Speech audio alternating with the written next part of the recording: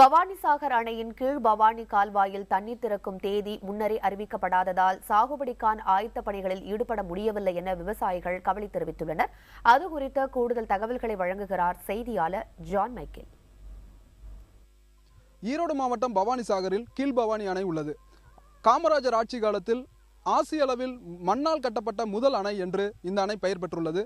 இந்த அணையை பயன்படுத்தி கீழ்பவானி கால்வாய் வழியாக ஈரோடு, திருப்பூர், கரூர் உள்ளிட்ட 3 மாவட்டங்களில் 2,07,000 ஏக்கர் விவசாய நிலங்கள் பாசன வசதி பெறுகிறது.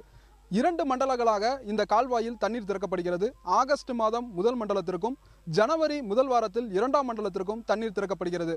இந்நிலையில் இந்த ஆண்டு ஜனவரி முதல் வாரத்தில் திறக்கப்பட வேண்டிய தண்ணீருக்கான தேதி இதுவரை அறிவிக்கப்படவில்லை என்பது விவசாயிகளின் குற்றச்சாட்டுகளாகும். அதாவது தண்ணீர் திறப்பிற்கான தேதி அறிவிக்கப்படாததால் தற்போது சாகுபடி செய்யப்பட்டுள்ள கடலை பயிர் முற்றிலுமாக வறட்சி அடைந்துவிடும் என்று விவசாயிகள் கருதுகின்றனர். மேலும் தங்களுக்கு முன்கூட்டியே தண்ணீர் திறப்பிற்கான தேதியை தெரிவித்தால் மட்டுமே இந்த பகுதியில் விவசாயத்திற்கு ஏதுவாக மண்வளத்தை பாதுகாக்கும் வகையிலான முயற்சிகள் இட்டு இடுபொருட்களை இட்டு விவசாயத்தை மேம்படுத்த முடியும் என விவசாயிகள் தெரிவிக்கின்றனர். பல வருடங்களாக தாங்கள் இது குறித்து கோரிக்கைகளை வலியுறுத்திய போதும் அரசாங்கம் தங்களுடைய கோரிக்கைகளை ஏற்கவில்லை என தெரிவிக்கின்றனர்.